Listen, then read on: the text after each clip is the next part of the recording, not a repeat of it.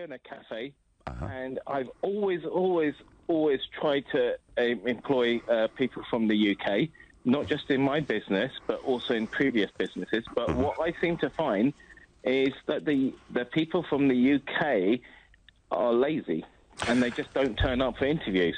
Yeah. They don't want to do it. They just don't want to work in the hospitality industry because they see it as demeaning. And it's only people from European origin that will happily work in that industry, which is not a bad industry, because I did my degree in hospitality, and I've worked my way up from a pot wash.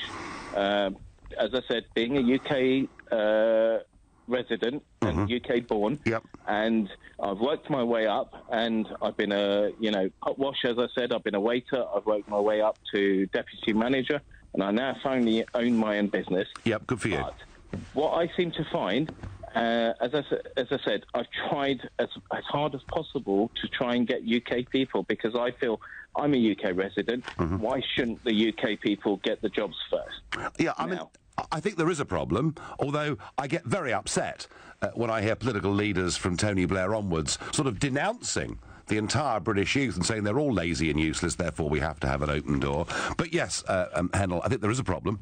There does appear to be a problem. I do wonder, though, before 2004, before we opened the door up to 8 and then 10 former communist countries, quite poor countries, the hospitality industry managed, the crops got picked in the fields. Do you think this sort of work-shy reluctance that you're talking about amongst some British youngsters, do you think this is a new thing, or has it always been there?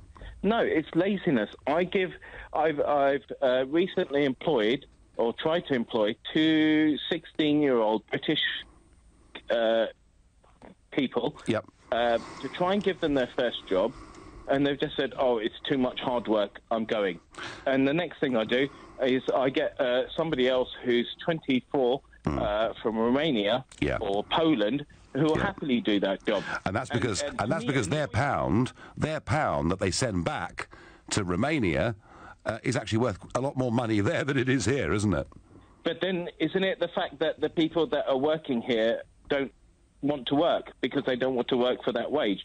And I don't pay a minimum wage. I pay a bit more than a minimum wage. And I really, honestly, I want British people. I'm so much to get British people to work in a British company, but they don't. They're too lazy because the benefit system is wrong.